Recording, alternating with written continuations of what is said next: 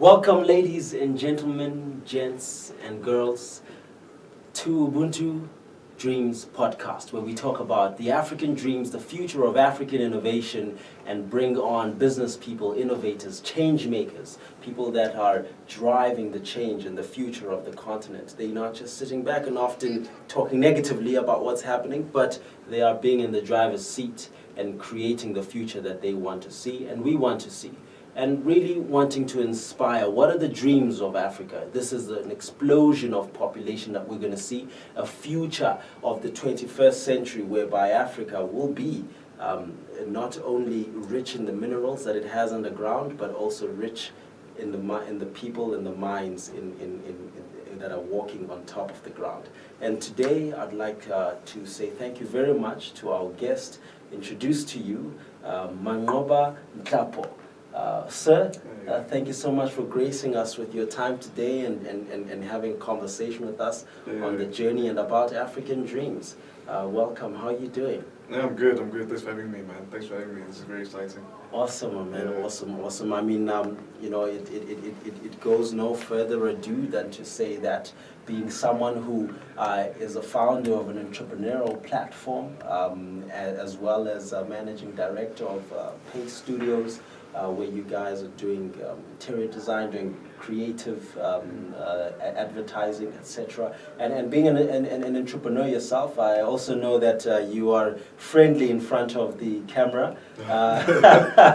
As a model, I'm not sure if you want to call that a formal title or a professional. I mean, I'm not sure where you feel about it, but I mean, from what I've seen on the entrepreneurial platform, you know, the residential entrepreneurs talk, very comfortable in front of the camera, and also very conversive about the entrepreneurial journey. So let's start there, man. Tell me, you know, as a passion, I mean, to have hosted now 4 of these platforms, partnering with Starbucks, partnering with Red Bulls, partnering with WeWork, and so on, and other organizations that are seeing the vision. What is the vision that you see about entrepreneurs and why you created this platform? I mean, we'll link it here as well so that the guys can get a view of it, and please share your thoughts about your entrepreneurial journey as well as we hear about the vision that you had for the platform like this. Yeah, I mean, like I think residential entrepreneurs, it's almost like a baby to me, because it's like. And what does it mean, the residential entrepreneurs? Yeah. Okay, so the whole thing started at Starbucks. Yeah. I was sitting at the time with Rosie Mutene. Okay. So it was her and I just chatting.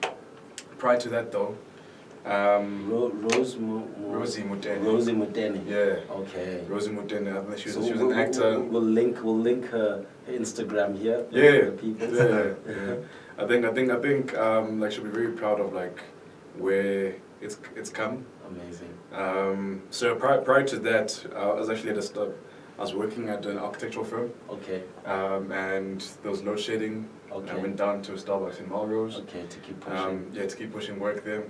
And what had happened was, I was just talking to, well, firstly the lady, and then the gentleman. Yes. You know, like came in. We started chatting. We had like similarities. Okay. Or like things in common. So we started chatting more. He had his business card. Okay. And he was like, you know, from Starbucks. Yes. So I'm like, okay, cool. Like, I mean, this is weird that you give me like, you know, your business card, but like, thank you. I mean, I'm gonna use this one day. Yeah. That's what I told him. At the time. I'm like, I'm gonna use this one day. Sure. So yeah, like, you know, fast forward maybe like 2 weeks. Mm-hmm. Or like 2 weeks, 3 weeks. Yeah. Ahead. Then it was Rosie Mutene. Second time I meet Joycey at Starbucks in Rosebank. Okay. And we started talking about like, you know, it'd be cool to have a platform where, you know, people in Starbucks, like we can shine light on like what they do. You know what I'm saying? Because like so much activity. Exactly, so much activity and like so much entrepreneurs as well who work at Starbucks. You know, on a daily basis, push and grind, always there. So like I was like, you know, like people don't actually interact, you know, at Starbucks. I mean, it's happening now. They're interacting because, you know, the more you come, you see people that like you you share the table with a couple of times, so it kind of like comes like a community. So it's community. Yeah, so the word residential then was then the resident entrepreneurs. I see. At Starbucks, Nice. just putting together, giving like a word of advice, Got it. bringing the community together. So that's how it started. Got it. The word residential entrepreneurs talk. Got it. Yeah, the vision, I suppose, from that was to create this community and a platform such that they can connect and share with each other. Yeah, no, definitely. So that is the vision. It's still the vision right now. I think I was like, before we started like talking, I was just telling the gents that like, it's the way to like do anything is to start. Just keep. And like I'm looking, I was like had like a flashback of when I started Residential Entrepreneurs. Just the whole process was kind of like nerve-wracking. My first time, I was sitting there at the stage, I was mediating the talk. I remember. I was nervous, like, I was just very nervous. I was telling myself, like, nah, like, I'm not doing this again. Never again. Don't know why I put myself in this position. Yeah, exactly. I'm not doing this again. Like, this, I feel like people can see me. I feel embarrassed. Why am I choking up? All these things. But then I was like, like, you just have to go through things, and also like we also messed up the first time, like we didn't capture it the first properly. And then time went through, like and then like I feel like like from the last one here at WeWork, it was just like it was great to see even the people that come again, from the previous talks. There's some loyalty from people now that come again. They can see the growth. Like they can see the growth. You can see the production has actually also increased. And just having the WeWork is also just a great thing to do, to have. Fantastic. Man, from what you're saying, there's people at home and they got great ideas. They meet sometimes even the right contacts. They got business cards that could be so valuable to them. But you're saying that you may have the business card, but you got to unlock it. Got to unlock the value in the business card, and the way to do that is that you got to start. But often, guys are saying it's so difficult, which is sometimes also the toughest thing to do because it's so nerve-wracking and so difficult. But you went on and approached those and unlocked the value in the business card. You sent out the proposals. You organized everything. And you went step by step, going through the motions, and I'm sure at some points you are thinking, what, let me turn it back or not go through this whole thing. Why should I even start? Like when someone feels like that, how did you push on? And even though knowing that you're likely to not do it perfect the first time, but you still got to do it. I mean, I think I'll start by saying that it's all a mental thing, right? It's all a mental thing, and I think spirituality plays a lot in myself and my family. I felt that from your answer that there's something beyond just the normal that's no, definitely this. Like I think like being like very like grounded in God like plays a big role. I think family as well has instilled like great like values in me, but also like going to a very competitive school like like an all-boys school. So I have like this kind of like drive inside of me. But like, I think it's all like it's a mental thing. I think when you have a plan or like have an idea and really think that this thing's gonna work. Like, and there's like you go through all like the scenarios in your head or like what could happen, what could do. The worst case scenarios. You're like, no man, if you like I can do this, and I think just knowing myself, I always have this confidence about like everything I do.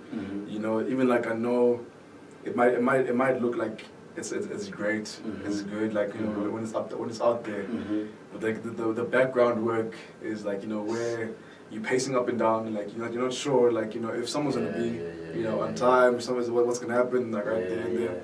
But like it's definitely just a mental thing and like preparing yourself. For greatness, not bad. Like I think we should like just learn to leave that behind. Just prepare for greatness and like just push on. You know what I'm saying? That's so powerful. Yeah, and always like have a good clear of like vision of what you want and stick to that and gun for it. I think that's so like powerful, man. I think it's difficult for young Africans, young people, to have that view that of preparing for greatness. And I'm hearing a lot about self-confidence, self-belief, knowing that even if it goes bad, I can do this. Even if I can't do this, maybe I can figure it out. And I'd say that you're definitely one of the people with maximum self-confidence, or at least self-belief, man. Like in the sense that you're driven and you execute. And behind all of that, there's a mental system going on. I'm trying to unravel that for people that are feeling nervous, that are feeling that I need to be at the right space, that I need to have a little bit of this, or that I'm not enough, or why should I try and be great? Why should I prepare for greatness? Like, what happens in your mental space when those types of questions hit, or that make you say that I should prepare for greatness? Like, when did that happen for you? I think when I started like working, like one of my first job was a boutique events company. Okay. So we did like I was the in-house designer and like VIP relations. Okay. So we did the F&B Joburg Art Fair. Yeah. You know, we did all like the Sanlam Handmade Contemporary Art Fair. So it was one of those like boutique events that did like big things. You know, it was really cool and like it was a good experience. Okay. But like, what I realized is that there's so many talented people out there, you know, and I don't think the right light has been shone like on those people that are talented. So when I felt that, prior to that, like I had like a nervous breakdown, because like I don't know, I feel like not a nervous breakdown, but it was like I can't believe I'm in this boxed. I'm boxed. Sure. You know, like situation. I'm in a situation where I'm gonna come here 9 to 5. I feel like I'm being controlled. So I don't like being controlled. So the entrepreneurial element was. I feel like right there and there. That's when like actually like I reached the company. My company pays like, you know, whilst I was working, I was like, nah, I'm raising my company right now. Yeah. And then I did all the things, you know. And I was like, okay, cool. Like I've just raised the company, so I'm staying dormant right now. Okay. I'm just carrying working. It's a step. It's a step. And then like when it kicked in, it's when I realized, okay, you know, I've got all these skills and like that I have, you know, and I know like since, you know, varsity or whatever, I've known to kind of like stick by myself and stick to my guns, and know that presenting anything, like I think I'm comfortable and I've got it done. I feel like I got, you know, all these right tools, you know, you know. So it was one of those things where like I was like, cool, I'm going through this, I'm gonna do it.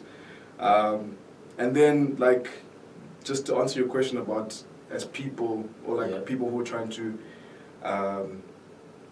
like get the mental right for like be great. I can be great. I think, you know, we should give ourselves more credit as black people, you know, because there's so much stuff has been like stripped away from us, that like we forget that so much power is in our hands, you know.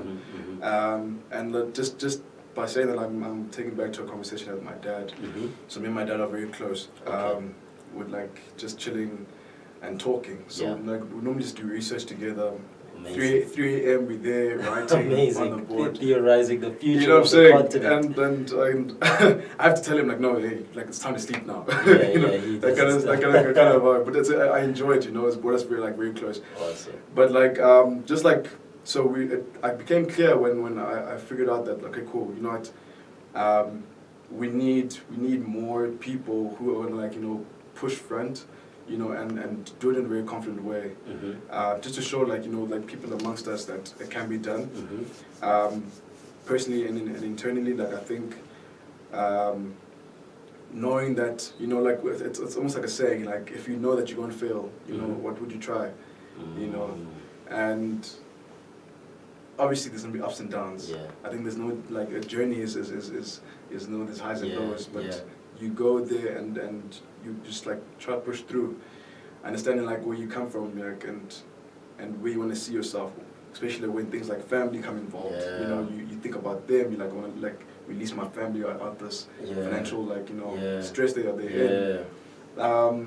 which is a lot of the stories of our generation, is being often the first people to go to university, the first people to work in offices, the first people to have access to go abroad, and you're saying that, you know, we should give ourselves more credit because we can be beacons of light when we try to be great, and we're not only doing it for ourselves, but we end up doing it for our family as well, and we end up, you know, lifting people or lifting situations, changing situations, and lifting people that were in a dark place into the light. And what I saw as well, I mean, at the residential entrepreneur talk, is that, you know, when the entrepreneurs are talking about what they're doing and their experiences, the audience often gets a sense of that I can also do it. Just before this, I spoke to this individual, and I can understand how their process and how it happened, and I think I can do that as well. And it's quite inspiring to hear those perspectives. Have you had inspiring role models or experiences that drove you in order to found a platform like this?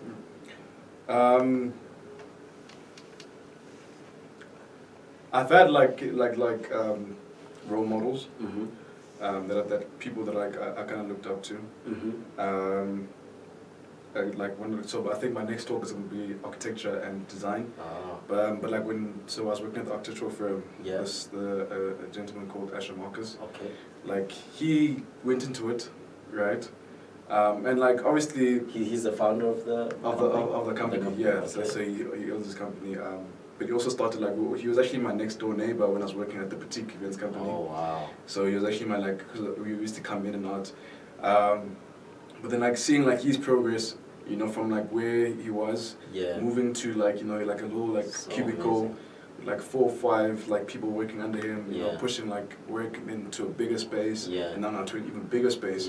I was just okay, you know what, this guy just doing, you know, hit in, and you know all the other things also Bonakon, that's the kind of drive, you know, that the guy has. Another guy Caesar, for instance, as well, was he's kind of been a bigger brother to me, you know, throughout this whole process of entrepreneurship, putting me in the right spaces, you know, and I wouldn't say he's a mentor, because I know he doesn't like that.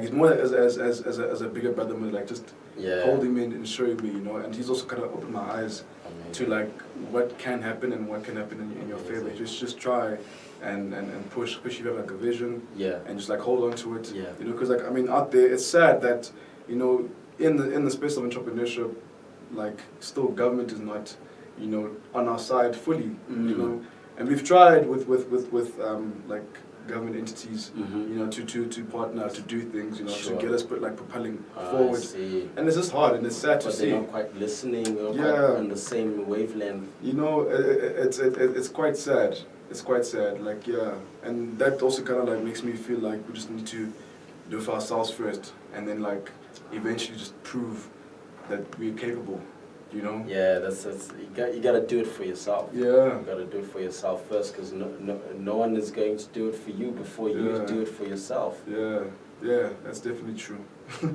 That's definitely true. That's powerful. I'm really say amazed or interested at the element of dreams, particularly for the continent and where the continent is going. At the last topic, we had a lot about, you know, what was the past of Africa and how Africa was affected by colonialism in the previous talk that we had. It's a powerful session. It's a transformational time for the continent as well. But you're a person that is creating. You are a person that's building to a future. And when we look at the future of the continent, I mean, what do you see for it in terms of what do you want the African child to be, and their potential? When you see an African child's dream, what do you see them that they should believe in what's greatness for them? Well, I mean, just bouncing off now when you said, you know, the African dream, and then what's your African dream? Yeah, like going back to like the talk that was held here at work, like. Break it down again. What like some of the things that were covered just on that African front. At the talk. Yeah. I mean, so basically, what was the talk was tech heritage. Okay. In South Africa. Okay. Right. And basically, like from tech heritage, it was like Heritage Month. So instead of like going through the conventional Heritage Day of culture and everything, but like, it was now tech heritage. Okay. And how like that is, you know, serving like social needs in like the country, and you know what is changing, you know, with all this tech coming up, and where does it leave us as South Africans, you know, in terms of our cultural beliefs, our traditional beliefs, and social elements. Yeah, I mean, all those can come into play, you know, when you understand like what is going on. Another thing that came about was like, you know, accessibility, like access to Wi-Fi, to internet. You know, that was a big case, and I mean, the audience also found out like, you know, there's fiber running through Soweto that's not being used. Wow. You know, and like when you understand that, it's like why? You know? Why is there no access? Yeah. But the fiber and the infrastructure is there. You know, and there's data costs are still limited. You know what I'm saying? And that's like those conversations that you kind of like. It's thought provoking, you know, and you want to like showcase that, like, you know, there's things happening here. People mustn't like sleep. You know, and a lot of times we focus on our phones a lot, and we don't really like look up and see what's actually going on, and kind of like dig deep, you know. There's a whole like bunch of stuff like this political correctness, you know, that's out there that people actually don't understand the term political correctness, where does it derive from, you know. And like, because it's deep, it's not just political correctness to be polite, but it's deeper than political correctness to be polite. It goes through. Break it down a little bit. What do you mean by political correctness? So I mean, okay, fine. If you understand political correctness, right, it's a politer way to say something. Okay. Not trying not to offend. Okay. You know, like somebody based on their skin or their gender, you know, or background, so, etc. Yeah, but I mean, like, if we're talking about colonialism, right? I'll take it to the Negroes, you know, like that term.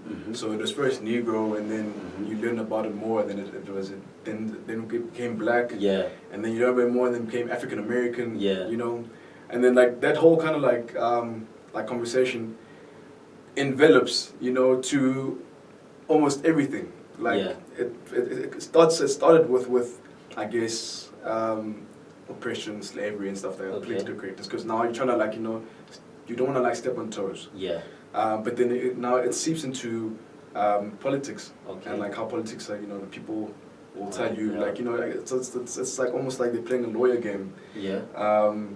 We lawyers read contracts. They're almost like, you know, jargon. Yeah. That you don't understand. That's political correctness. Say, but there's a lot of things being said. said. There's a lot of things being said, but you don't understand what they say. Yeah, you know, and that's like political correctness. And in terms of just when you watch news and understand it, I mean, it's like kind of like go through political correctness yourself.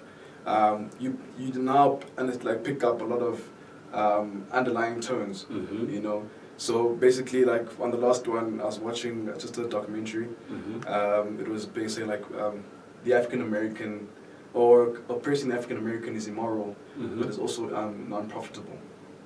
That's political correctness. What they're saying in clean English, that a black man, you know, oppressing a black man is wrong. Yes. Right. Plus, we cannot make money from it. Jeez. You know what I'm saying? So you're like, why would those even be in the same sentence, right? Yeah, but I mean, it's just like it's the way it's put. You think he's talking, you know, in a very above, like just a very lightly, but like, you know, when you think what he's actually saying is it's like hectic, so questionable. Exactly, you know. So that's one thing I hear you. I've been like almost like awakened to. And I remember one of the things I appreciated and learned from was you speak about the evolution of, it started as Negro, and then Black, and how, it's so undertone. It's in our face, but it's undertone. So like, it's on the news, that's a sentence, but what it really means is undertone. And one of the participants, or the guest speakers, the panelists that you had on, was talking about, why does it have to be blackmail instead of manipulation? Or why does it have to be, or what else did she say? She said, or why does it have to be,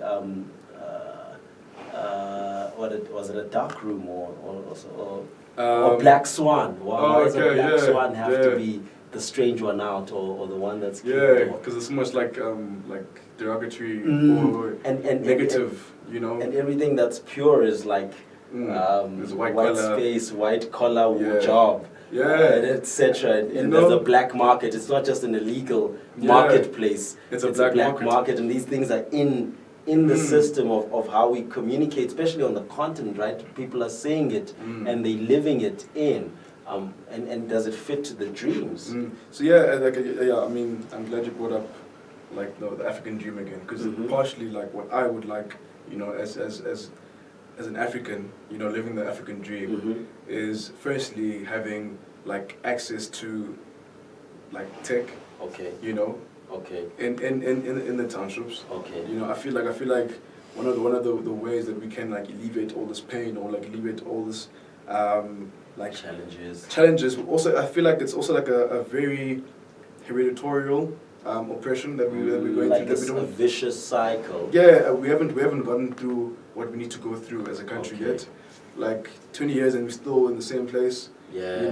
Something needs to change. Yeah. So I think it's also just like swapping out those words, and making and creating like almost like an African dictionary, for ourselves, and just kind of like just change these words and psychologically like treat or teach like people coming up or kids coming up, black kids coming up, about like we don't say that anymore. We say this is what we say, and like changing those things. It's not blackmail. It's manipulation, and it's just changing. Even like it's not like I mean it'd be very cool to see like schools and so we're not being secondary schools anymore, but being high schools and taking like a very, because that's one of those things that outside of the colonialism and how the power of language can shape a culture and self-belief that comes, but this one comes from apartheid era, on that's still shaping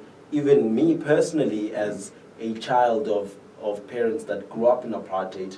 I still experience in my business journey, my entrepreneurial journey, those psychological things that make me wonder whether am I enough to do this? Should I be believing in myself to be great enough to do this? And the African dream, is it really for Africans? Is it really for Africans?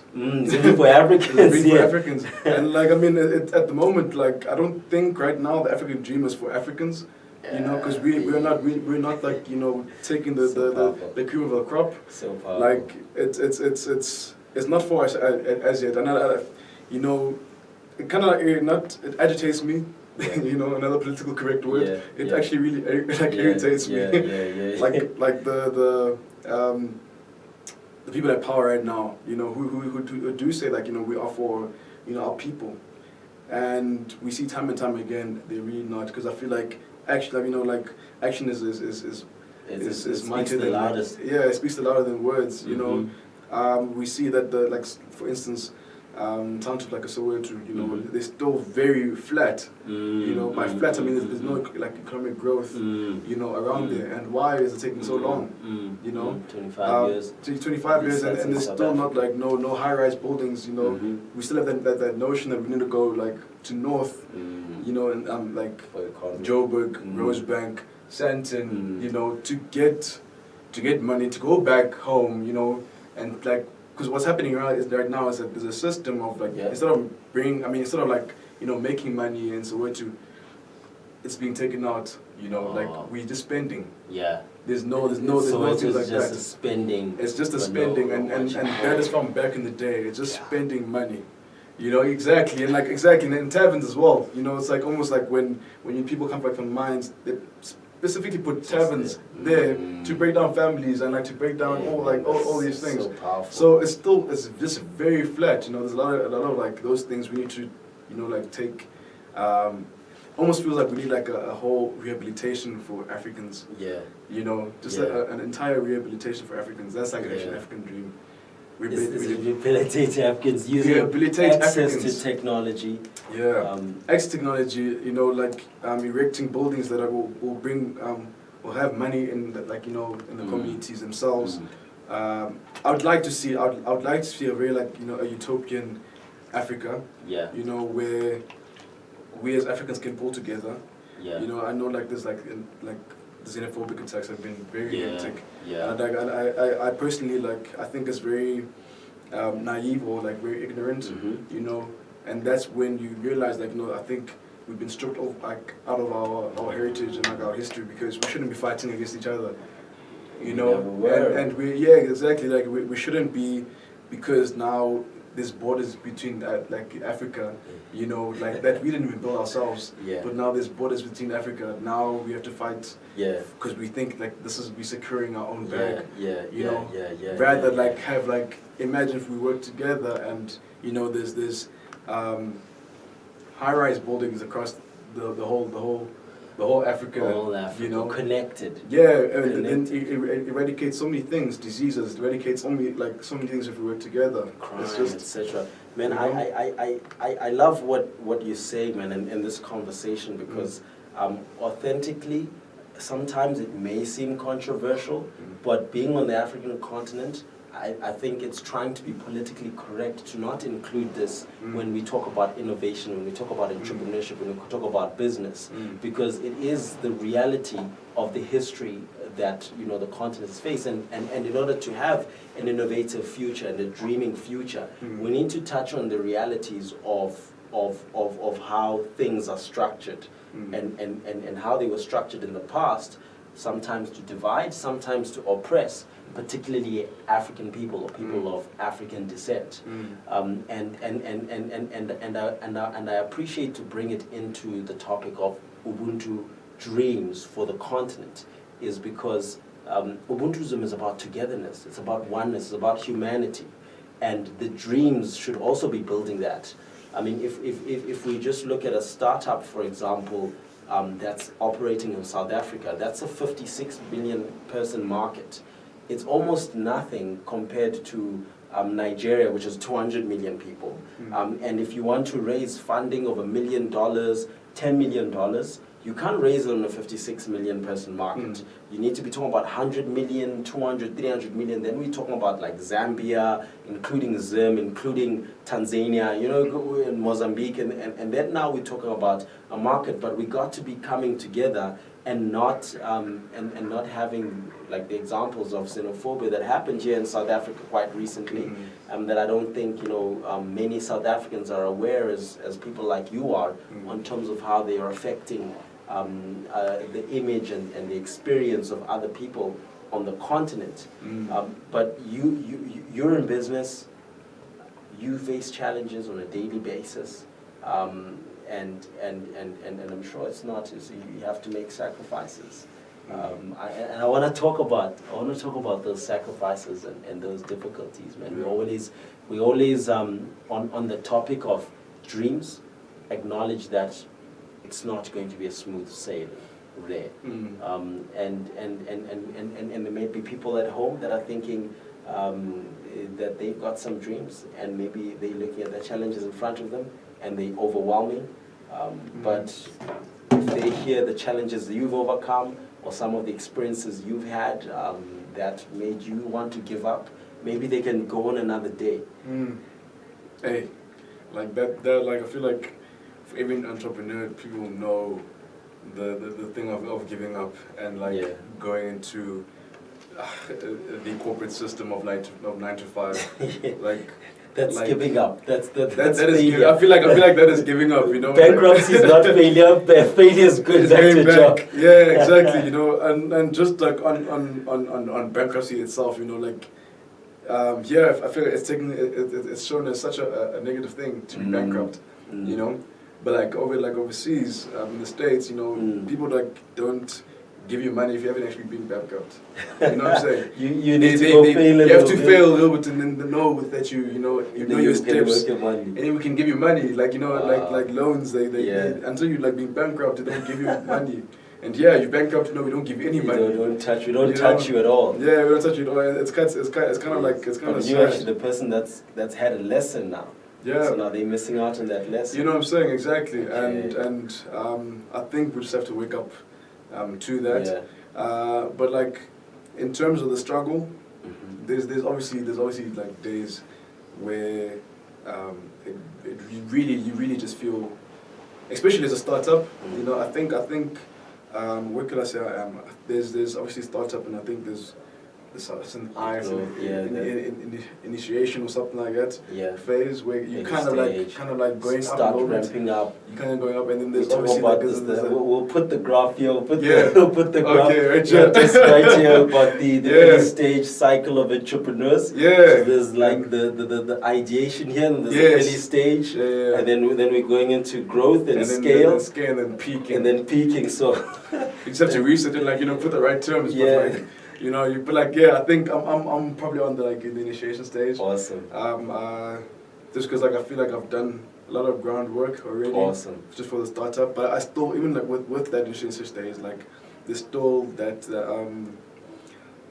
that security problem. Yeah. You know, because of like just clients, but like you know, people not obviously they're not paying in time. Yeah. All those things. Like kind of like kind of like holds you down.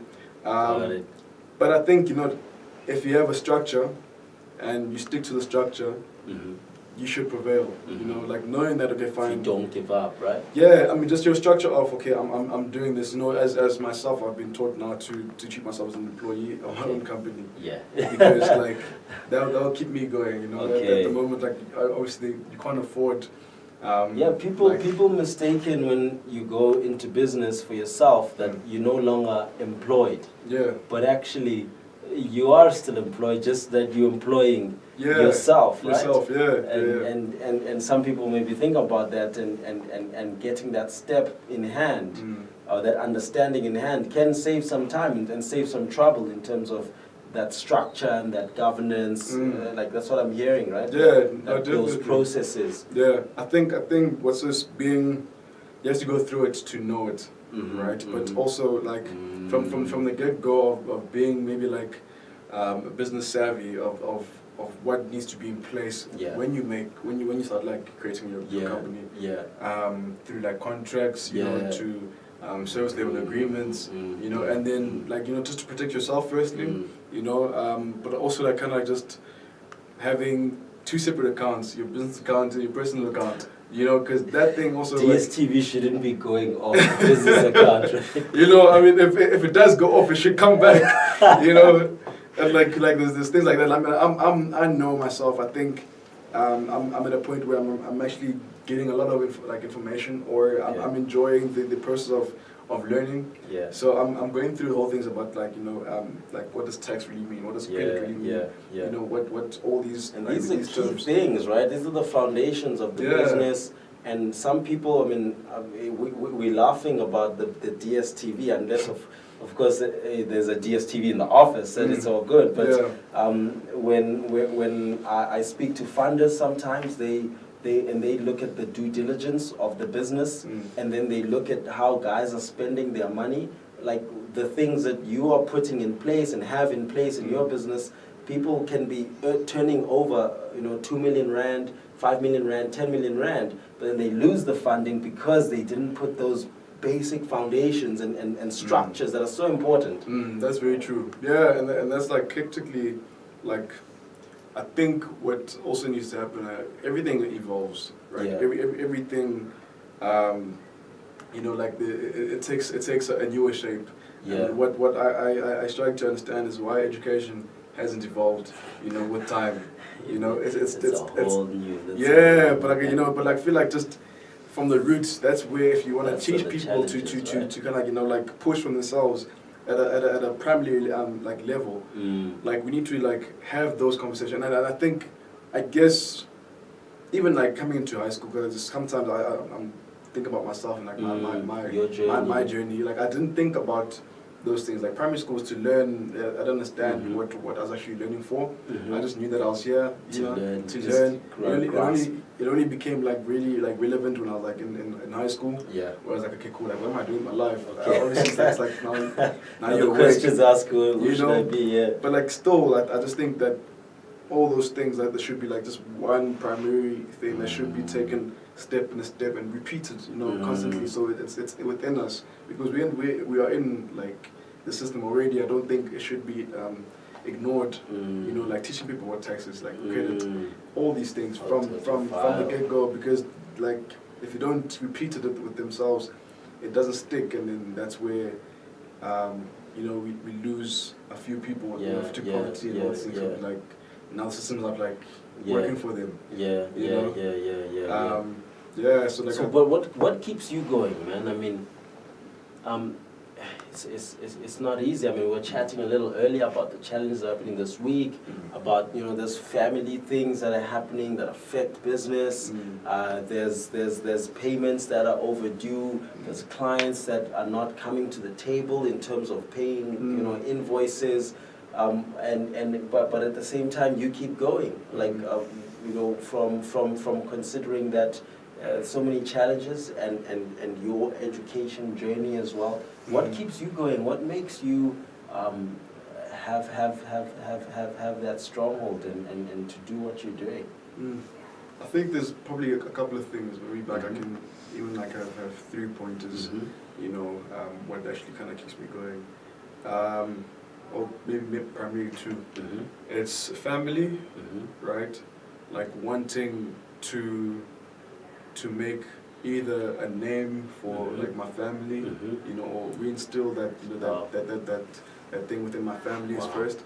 But also like having a mood board in wherever like I work, just because what I'm trying to create is not just to survive, but to create like generational wealth. Okay. And knowing that like I don't have enough like too much time on my hands. That's why I need to like push as much as possible. And I think just those two coupled, is what kind of keeps me going, and that's my motivational aspects.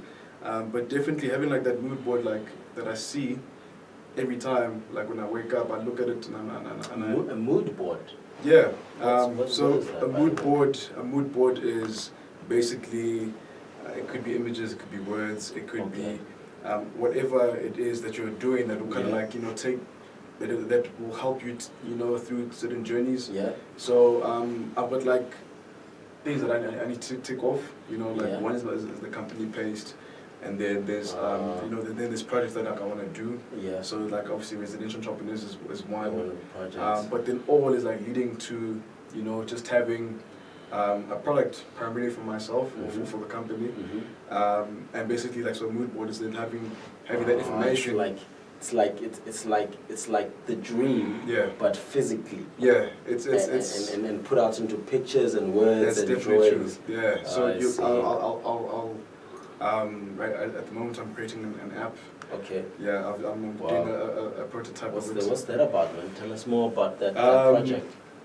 Without like spilling too much. Sure. It's yeah. No, the app is Jungle. Okay. It's called Jungle, and it's just primarily just taking what do you call it? It's creating the community. Okay. And having like outlets throughout the community that like will steamroll itself. Okay. So from student level to then like entrepreneurship outside of student level. Yeah. And eventually like it'll go and like have like a host of like people who want to let's say for instance have a graphic designer who just like came out of has like what do you call it? Varsity. Yeah. It's just a community app. Okay. That's how it's starting about community app. Almost like a marketplace of skills. And experience. Yeah, but it's starting with students. So like like having that. it's almost like also like a very savvy and easier way to kind of like buy textbooks. I see. Just almost like an exchange of resources, and that could be in any way. It could be textbook, it could be skills, it could be time. Yeah. Okay. And then you go through, because we don't. That's Ubuntuism, man. That's connecting. Exactly. Yeah. We don't want to stop with just your students. We want to carry on and like focus on now exterior walls, and like hopefully those connections you made, there you can like take them, because that's exactly it's Ubuntu at the end of the day. It's an exciting project. Yeah. Big dreams, bro.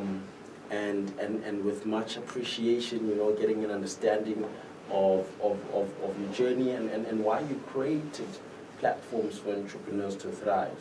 I think that there aren't many platforms that are ran by entrepreneurs, for entrepreneurs. Often we have, government-sponsored, NPO-sponsored, which I don't think they quite understand entrepreneurs and you having worked with the private sector, but now when you go to the government sector, they're not willing to support when they should be partnering with people that have that understanding.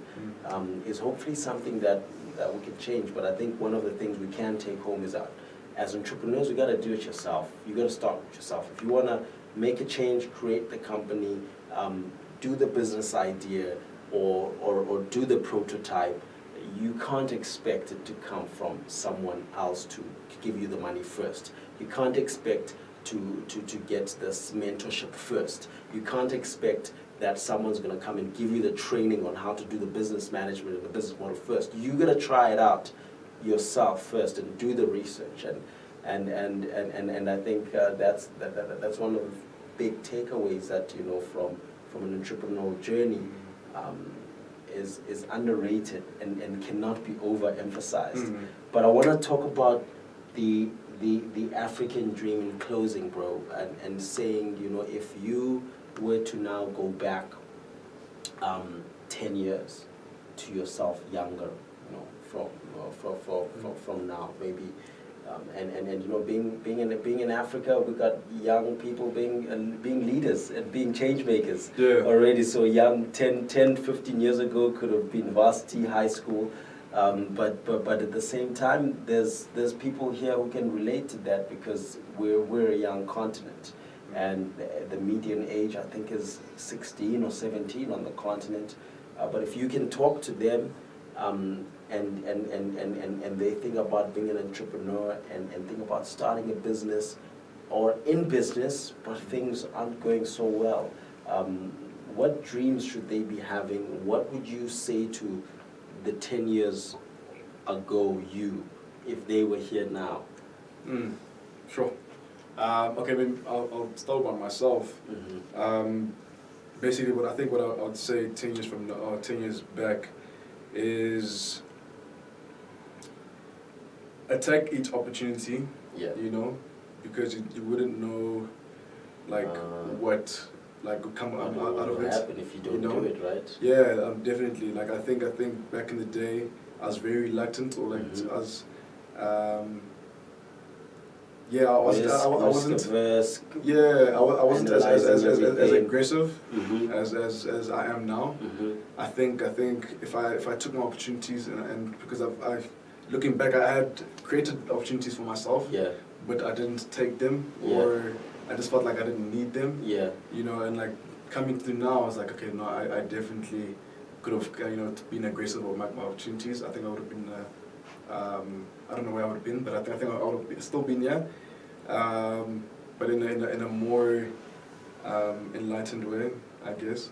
And for the people who want to then get the African dream, or just push for themselves, I'd say starting is key.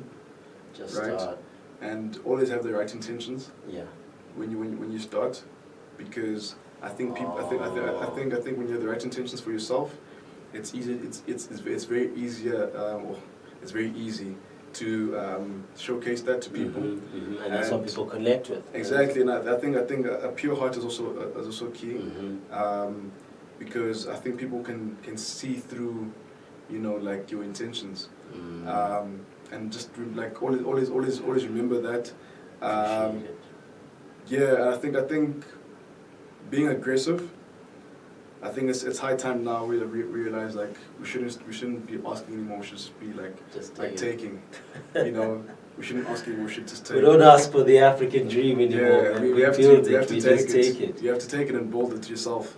You know, Wow. and that's and I think that's probably the highlight.